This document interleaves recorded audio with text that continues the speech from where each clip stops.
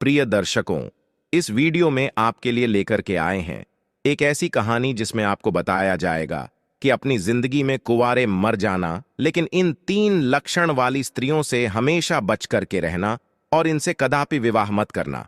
कभी जिंदगी में आप परेशान नहीं रहेंगे। मित्रों, ये कहानी आपको बहुत अच्छी जानकारी और सीख देकर के जाएगी। तो चलिए मित्रों, आपका कीमती समय बर्बाद ना करते हुए अब सीधे कहानी पर ही पहुंचते हैं। प्रिय दोस्तों, एक समय की बात है। किसी जंगल में तोता और मैना का जोड़ा एक वृक्ष के डाल पर बैठा हुआ था। तोता ने मैना से कहा कि हे मैना रानी, आज का समय बहुत ही बदल चुका है। मैना कहने लगी, पिया जी, ऐसा क्या समय बदल चुका है? तब तोता कहता है कि हे मैना रानी, समय इतना बदल गया है कि आजकल की स्त्रियां और आजकल की लड़कियां बहुत ही स्वार्थी बन चुकी हैं, क्योंकि स्त्रियां अपने स्वार्थ के लिए कुछ भी करने के लिए तैयार हो जाती हैं। जो काम उन्हें कदापि नहीं करना चाहिए, वो स्वार्थ के प्रति स्त्रियां कर बैठती हैं। मैना कहती है कि पिया जी, मैं तुम्हारी बात से सहमत नहीं हूं। स्त्रियां कैसे स्वार्थी हो सकती हैं? आप हमारी नारी जाति की बुराई कर रहे हैं। तोता कहता है, नहीं मैना, तुम हमारी बात पर विश्वास करो। तब मैना कहती है, नहीं स्वामी, मैं तुम्हारी बात पर विश्वास नहीं कर सकती हूं। तब तोता कहता है, ठीक है मैना, जब तुम्हें विश्वास नहीं है तो आइए हम आपके लिए एक कहानी सुनाते हैं, और इस कहानी को सुनने के साथ साथ तुमको यह विश्वास हो जाएगा कि तुम्हारी नारी जाति कितनी स्वार्थी बन चुकी है और अपने स्वार्थ के लिए कितने गलत गलत काम करने के लिए तैयार हो जाती है। दोस्तों, तभी मैना कहती है, ठीक है स्वामी, पहले आप वह कहानी सुनाइए और सिद्ध करके बताइए कि हमारी नारी जाति स्वार्थी है या नहीं है। दोस्तों, तब वो तोता अपने मैना रानी को वह कहानी सुनाता है। तोता कहता है, हे मैना, एक समय की बात है, किसी नगर में 3 दोस्त रहते थे। एक राजा का लड़का था जो राजकुमार था, एक बनिया का लड़का था और एक साहूकार का लड़का था। 3 दोस्त थे। तीनों में बहुत गहरी दोस्ती थी, क्योंकि वह तीनों साथ साथ पढ़े थे और साथ ही साथ बड़े भी हुए थे। राजा का जो लड़का था, जो राजकुमार था, उसकी शादी भी हो चुकी थी। मित्रों, एक दिन की बात है, तीनों दोस्त राजा के बगीचे में टहल रहे थे। तो राजकुमार, जो राजा का लड़का था, वह अपने दोस्तों से कहता है, भाई, कल चलते हैं और अपनी पत्नी को उसके मायके से बुला करके ले आते हैं, क्योंकि बहुत दिन हो चुके हैं और हमें अपने पत्नी की बहुत याद आ रही है। इसीलिए कल ससुराल में चलते हैं और तुम हमारे साथ चलो और हम अपनी पत्नी को बुला लाए। तब इन दोनों दोस्तों ने कहा, जो साहूकार का लड़का था और बनिया का लड़का था, इन दोनों ने बोला, भाई, तुम तो अपने ससुराल में पहुंच जाओगे और ससुराल में ससुर जी के महल में आराम से सोओगे, लेकिन हम कहां जाएंगे? तब राजकुमार कहता है, मेरे भाई, तुम कोई सराय देख लेना और एक रात की ही तो बात है, रात सराय में काट लेना और सुबह मैं अपनी पत्नी को लेकर के आ जाऊंगा और आराम से घर के लिए निकल चलेंगे। दोस्तों, राजकुमार के बात को सुन करके दोनों दोस्त, साहूकार का लड़का और बनिया का लड़का जो था, वो सहमत हो जाता है।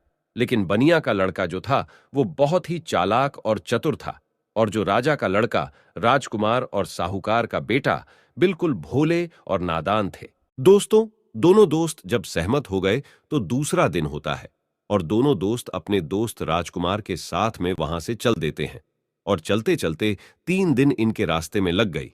और 3 दिन के बाद में राजकुमार अपने ससुराल के पास में जब पहुंचता है, उस नगर के पास में जब पहुंचता है, तो राजकुमार अपने दोनों दोस्तों से कहता है, मेरे भाई, यहां कोई सराय देख लेना और रात उस सराय में काट लेना और मैं ससुराल जाता हूं, सुबह जल्दी आ जाऊंगा। तोता कहता है, हे मैना।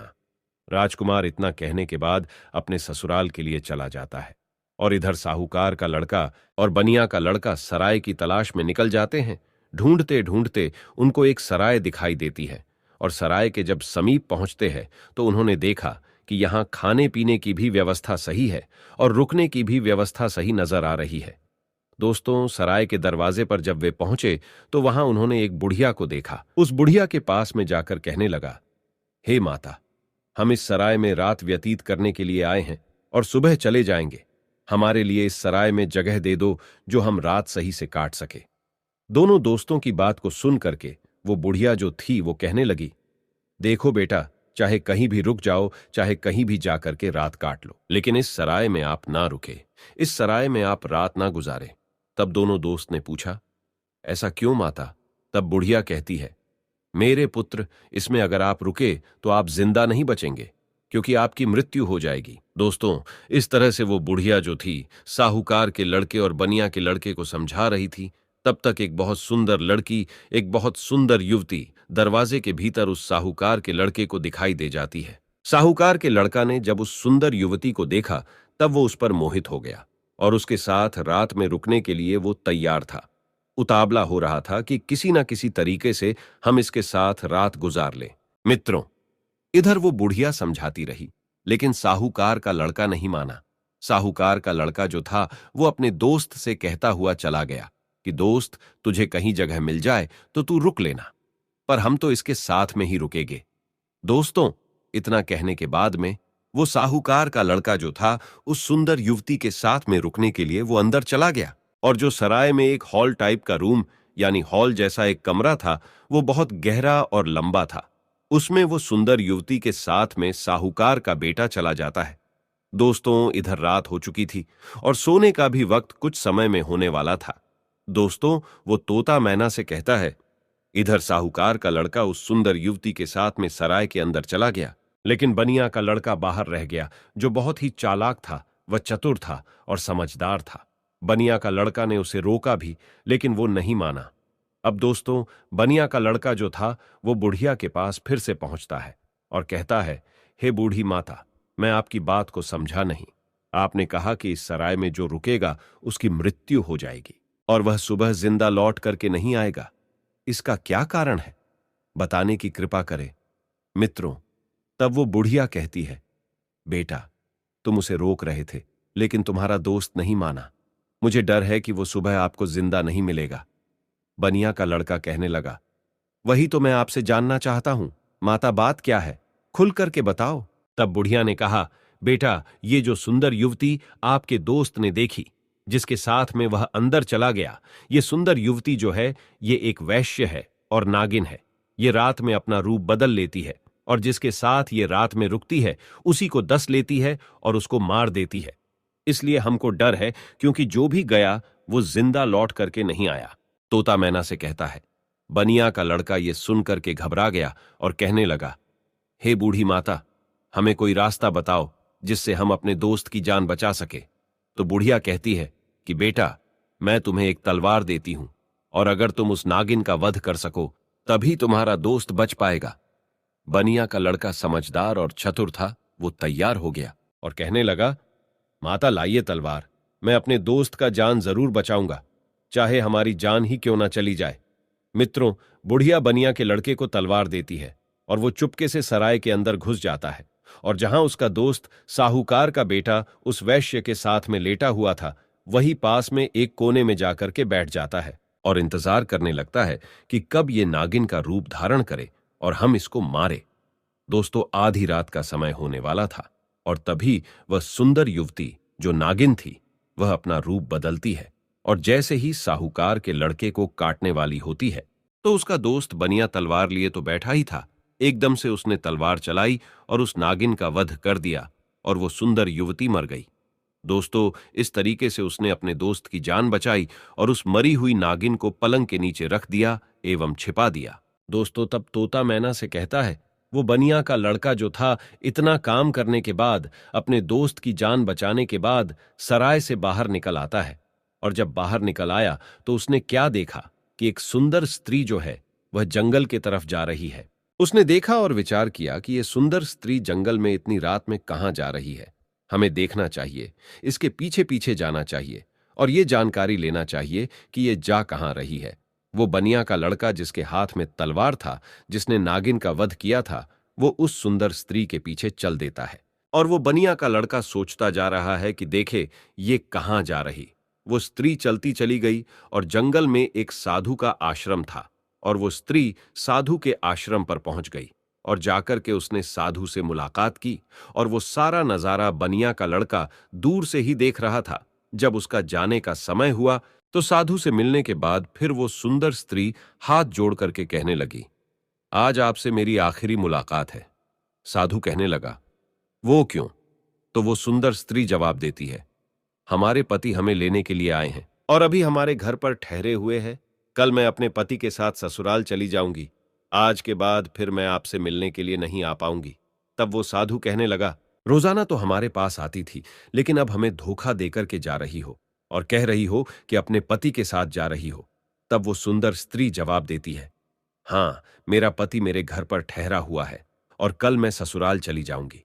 हमें माफ करना, अब मैं आज के बाद तुम्हारे पास मिलने नहीं आऊंगी। दोस्तों, उस सुंदर स्त्री के बात को सुनकर साधु को गुस्सा आ जाता है और साधु जो है गुस्सा में उसकी नाक काट देता है। और जब उसकी नाक कट जाती है तो उसे पीड़ा होती है और वो पीड़ा को सहन करती हुई चिल्लाती हुई अपने घर के लिए भाग खड़ी होती है। इधर दोस्तों, वो बनिया का लड़का सारी बातें सुन रहा था और ये नजारा देख रहा था।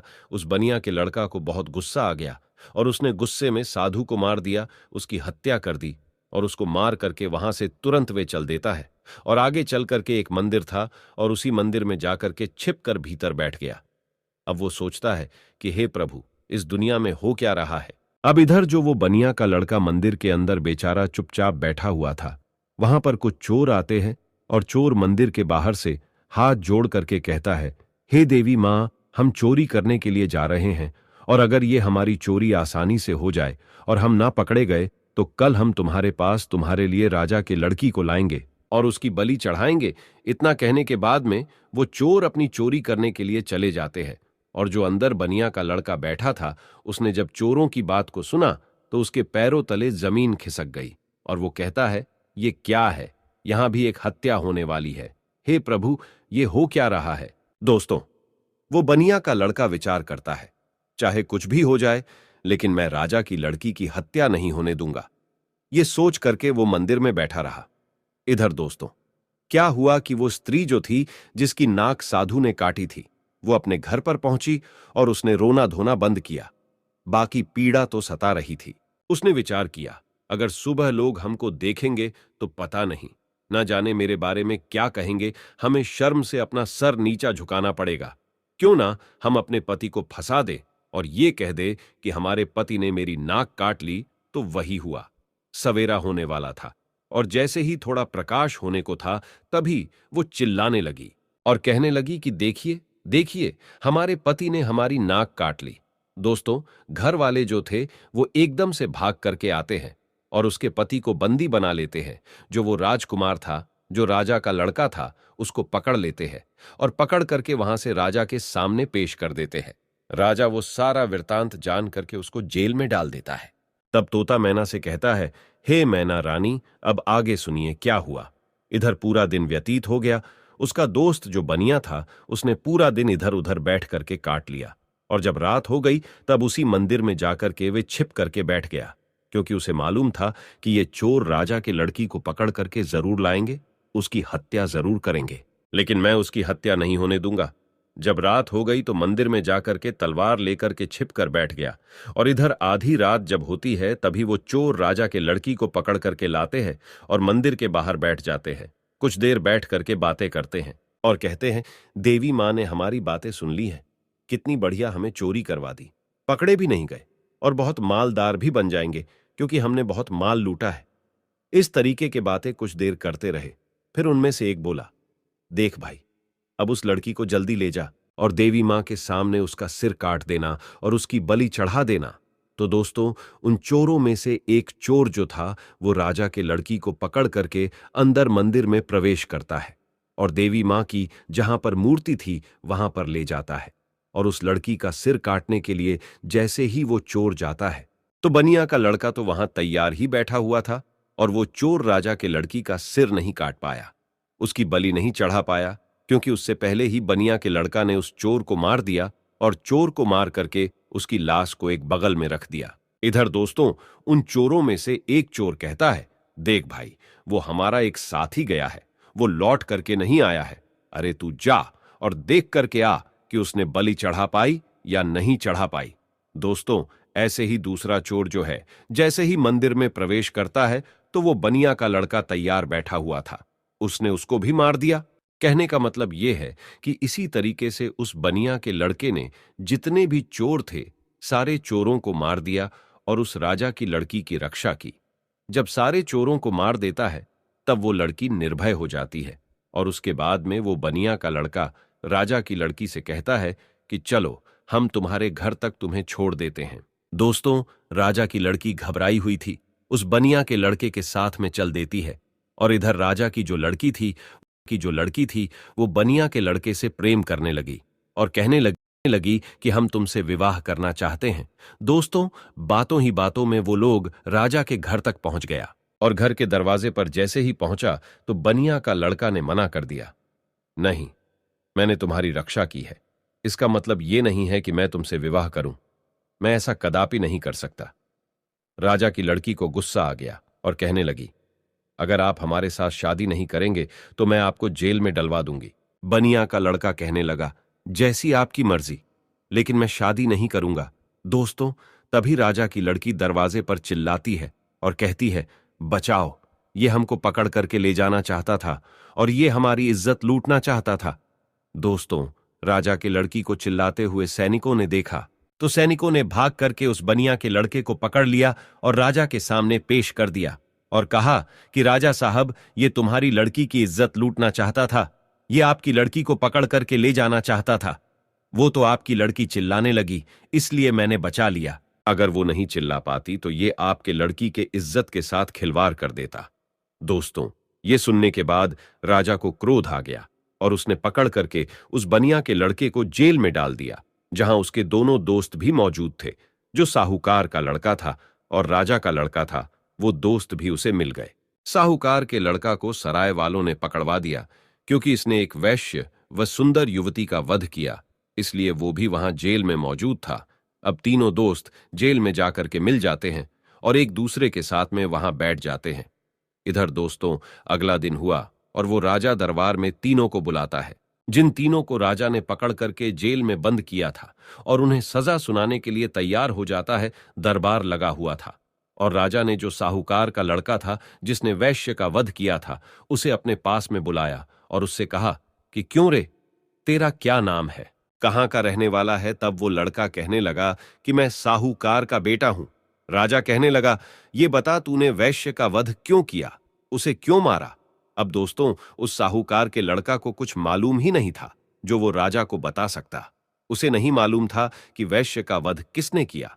वैश्य का वध साहूकार के लड़का ने किया नहीं था, जो उसे मालूम होता। राजा ने फिर पूछा, चुपचाप क्यों खड़ा है, बता कि तूने उस वैश्य का वध क्यों किया। दोस्तों, तब वो साहूकार का लड़का तो नहीं बोल पाया, लेकिन जो बनिया का लड़का था वो कहने लगा, महाराज, क्षमा चाहता हूं जो बीच में हमको बोलना पड़ रहा है।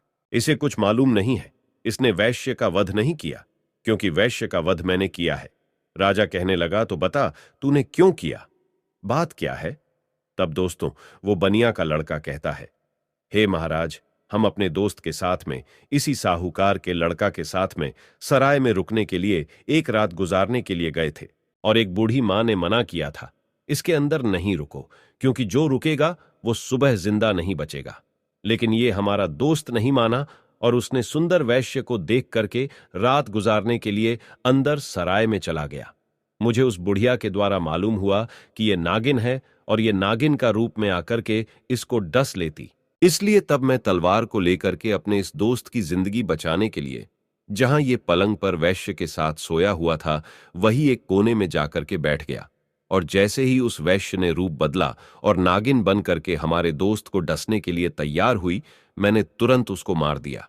अगर आपको विश्वास नहीं है तो जहां पलंग पड़ा हुआ है उसके नीचे हमने मरी हुई नागिन रख दी है, आप देख लीजिए। दोस्तों, तब राजा ने सैनिकों को भेजा और वहां सैनिकों ने जाकर के वही मरी हुई नागिन पाया और आकर के सारी बात राजा को बताया कि सत्य बात है। तो दोस्त प्रसन्न हो गया और कहने लगा, ठीक है, तूने दोस्ती का फर्ज निभाया है, जो अपनी दोस्त की जिंदगी बचाई है। दोस्तों, राजा साहूकार के लड़का को छोड़ देता है। उसके बाद में राजा जो था वो राजकुमार, यानी कि जो राजा का लड़का राजकुमार जो था, उसको बुलाता है और उससे पूछता है कि तू बता कि तूने अपनी पत्नी की नाक क्यों काटा। अब दोस्तों, उसको भी नहीं मालूम था नाक किसने काटी है, वो भी चुपचाप खड़ा था। राजा ने फिर दोबारा पूछा कि बोल क्यों नहीं रहा है कि तूने अपनी पत्नी की नाक क्यों काटा। तब दोस्तों, वो बनिया का लड़का फिर से हाथ जोड़ करके कहने लगा कि महाराज क्षमा करे, इसको भी नहीं मालूम, इसने अपनी पत्नी की नाक नहीं काटी है। नाक किसने काटी है वो सारा वृत्तांत मैं आपको सुनाता हूं। तब उस बनिया के लड़के ने राजा को बताया कि ये लड़की साधु से प्रेम करती है। रात में साधु से मिलने के लिए गई। मैं इसके पीछे पीछे गया। इसने कहा कि मैं कल से तुमसे मिलने नहीं आ सकती, मेरा पति मुझे लेने के लिए आया है। ये सुनकर के उस साधु ने इसकी नाक काट ली और इसने आकर के अपने पति को फंसा दिया। इसने गलत किया। राजा कहने लगा, मैं तेरी बात पर विश्वास कैसे करूं? तब उस बनिया के लड़के ने कहा, महाराज सैनिकों को भेजिए जहां उस साधु का आश्रम है। देख लीजिए कि मैंने साधु का वध कर दिया है। दोस्तों, सैनिक जाते हैं, आश्रम पर उस मरे हुए साधु को देखते हैं, तो आकर के राजा को बताते हैं कि महाराज बात सत्य है। दोस्तों, तब वो राजा उस राजकुमार को भी छोड़ देता है, वो भी बच जाता है। दोस्तों, फिर तोता कहता है कि हे मैना, अब आई बारी उसी बनिया के लड़का की जिसने राजा के सामने अपने दोस्तों की जिंदगी बचाई। राजा उस बनिया के लड़का से बोलता है कि तूने तो अपने दोस्त को बचा लिया, लेकिन अब तू बता कि तू हमारी लड़की को पकड़ करके क्यों ले जाना चाहता था, इसके साथ में दुर्व्यवहार करना क्यों चाहता था, इसकी इज्जत से खिलवाड़ करना क्यों चाहता था। अब तू नहीं बचेगा। दोस्तों, तब वो बनिया का लड़का कहता है कि महाराज क्षमा करे, ये आपकी लड़की जो है ना, इसने हमें गलत फंसाया है। आपकी लड़की की बलि चढ़ाने के लिए कुछ चोर इसको पकड़ करके ले गए थे। मैं उसी मंदिर में था, मेरे हाथ में तलवार थी, क्योंकि मैं साधु को मार करके आया, और आपकी लड़की को मारने के लिए जैसे ही एक चोर अंदर मंदिर में आता है, मैंने उसको मार दिया। दूसरा आता है, उसको भी मार दिया। इसी तरीके से जितने भी चोर थे मैंने सबको मार दिया, और सभी मंदिर में ही पड़े हुए हैं। अगर विश्वास नहीं है तो सैनिकों को भेज करके देख लीजिए। दोस्तों, वही हुआ। सैनिक जाते हैं मंदिर के पास में, मंदिर में जाकर के देखते हैं तो उन चोरों की लाशें पड़ी हुई थी। तो सैनिकों ने आकर के सारी बात राजा से कही कि महाराज बात सत्य है, आपकी लड़की की रक्षा इसने की है। इसने इज्जत से खिलवाड़ नहीं किया और ना ही इज्जत लूटने की कोशिश की है। वो बनिया का लड़का कहता है, हाँ राजा साहब, मैं आपकी लड़की को पकड़ करके क्यों ले जाऊंगा। और सुनिए महाराज, चोरों से बचा करके जब आपके लड़की को घर छोड़ने के लिए आ रहा था, तब आपकी लड़की हम पर आसक्ति हो गई, प्रेम करने लगी और विवाह करने की जिद करने लगी। मैंने कहा, मैं ऐसा कदापि नहीं कर सकता। मैंने जिस लड़की की रक्षा की है और उसके बदले में मैं उससे विवाह करूं, उसकी इज्जत से खिलवाड़ करूं, ऐसा मैं नहीं कर सकता। मैंने उसे मना किया तो उसने कहा, अगर तुम हमसे विवाह नहीं करोगे तो हम अपने पिता से कहकर तुम्हें जेल में डलवा देंगे। और उसने वही किया। बनिया के लड़के के बात को सुन करके राजा जो था, उसका चेहरा शर्म से नीचे झुक जाता है, और तब उसने बनिया के लड़के को आजाद कर दिया और माफी मांगी कि जाओ बेटा, तुम आजाद हो, तुम्हारी गलती नहीं है। इस तरीके से वो बनिया का लड़का जो था अपने दोनों दोस्तों को बचा लेता है और खुद भी बच जाता है, और तीनों दोस्त हंसते हंसते अपने नगर में चले आते हैं और आराम से फिर वही रहने लगते हैं। तो दोस्तों, अब वो तोता कहता है कि हे मैना, देख लिया, इस तरीके से नारी जात स्वार्थी बन चुकी है और अपने स्वार्थ के लिए गलत से गलत काम के लिए तैयार हो जाती है। अब उस गलत काम के लिए चाहे कुछ भी करना पड़े, चाहे कितने भी कष्ट झेलना पड़े, चाहे किसी के भी जिंदगी से खिलवाड़ क्यों ना करना पड़े, लेकिन ऐसी स्त्रियां नहीं मानती हैं। दोस्तों, अपने पिया तोता की बात को सुन करके मैना जो है वो चुप हो जाती है। उसके बाद में तोता कहता है, हे मैना रानी, इसीलिए तो मैं सोचता हूं कि चाहे भूखे मर जाना, लेकिन इन 3 लक्षणों वाली स्त्रियों से कभी विवाह मत करना। तोता समझाता है कि 3 लक्षणों वाली स्त्रियां ये है। पहली, वो जो पति होकर के भी पराये पति से हित करे और पराये पति से छुप छुप के मिलने के लिए जाए, अपने पतिव्रता धर्म को भूल जाए और उसके साथ में हवस का शिकार बन जाए। तो ऐसी स्त्री से हमेशा बचना चाहिए और ऐसी स्त्रियों से दूर रहना चाहिए। और दूसरी स्त्री वो है जो एक स्त्री तो है, लेकिन वेश्यावृत्ति के तरह जिंदगी गुजार रही है, नागिन की तरह रह रही है। अब उसे अपने हवस के इच्छा पूर्ति के लिए चाहे अपने पति का ही कत्ल क्यों ना करना पड़े, लेकिन वो कर बैठती है और नागिन की तरह अपने पति को दस करके उसे मार डालती है।